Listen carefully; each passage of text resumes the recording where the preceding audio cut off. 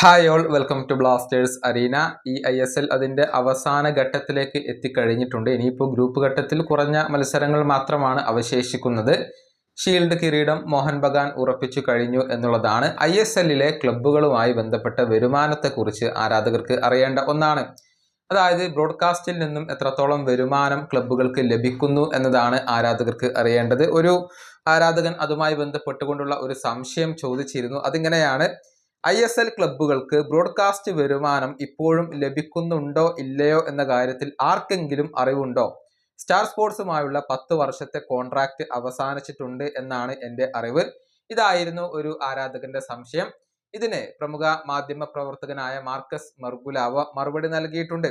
അതായത് central revenue ഇതെല്ലാം ഉൾപ്പെടുന്ന ഒന്നാണ് എന്ന ഒരു മറുപടിയാണ് മാർക്കസ് മർഗുലാവോ നൽകിയിട്ടുള്ളത്. അദ്ദേഹത്തിന്റെ വാക്കുകൾ ഇങ്ങനെയാണ്: ഓരോ ക്ലബ്ബുകൾക്കും സെൻട്രൽ റവന്യൂ ലഭിക്കുന്നുണ്ട്. ബ്രോഡ്കാസ്റ്റിലൂടെ ലഭിക്കുന്ന വരുമാനം ഇതിന്റെ ഭാഗമാണ്. പക്ഷേ ബ്രോഡ്കാസ്റ്റ് വരുമാനത്തിലൂടെ ക്ലബ്ബുകൾക്ക് എത്രയാണ് ലഭിക്കുന്നത് എന്നത് കൃത്യമായി വ്യക്തമല്ല.